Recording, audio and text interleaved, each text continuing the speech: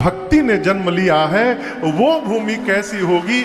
इसलिए मन में भाव जागृत हुआ कि एक बार मिथिला को देखना चाहिए। ये पहला कारण।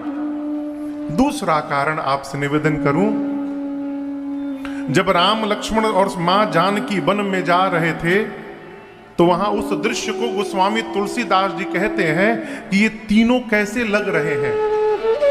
आगे आगे राम जी, बीच में मेरी मां और सबसे पीछे लक्ष्मण भैया।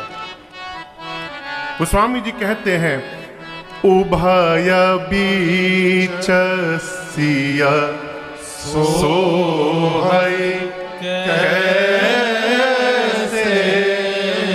दोनों भाइयों के बीच में सीता जी कैसे लग रही हैं, जैसे ब्रह्मा जीव बीच माया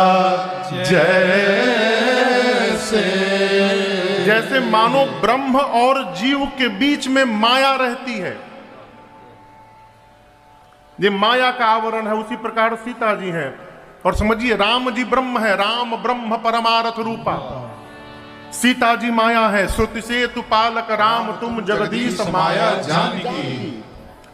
यदि राम जी ब्रह्म है और सीता जी माया है, इसी सिद्धांत से कहा गया है लक्ष्मण जी जीवाचार्य है, जीवों के आचार्य हैं।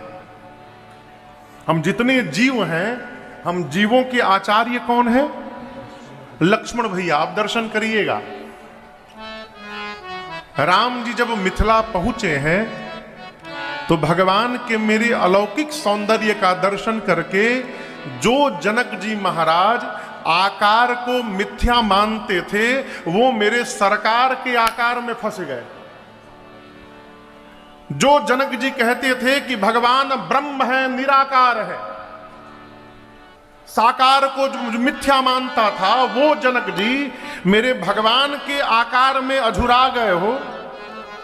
और ये बात पूरी मिथिला में फैल गई कि दुई ऐसे राजकुमार आए हैं जिनको देखने के बाद जनक जी की मति हिरा गई थी। मिथिला वासी सोचने लगे वो कितने सुंदर होंगे हो, क्या हमारे भाग्य में उन लोगों का दर्शन लिखा हुआ है? हमारा वैसा भाग्य कहां।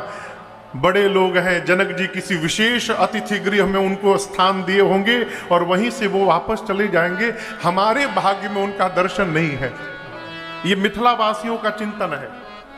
अब आप दर्शन करिए, मिथिलावासी भी जीव हैं और इस तर्क के अनुसार उन जीवों के भी आचार्य लक्ष्मण भैया हैं। और आचार्य का काम जानते हैं क्या है?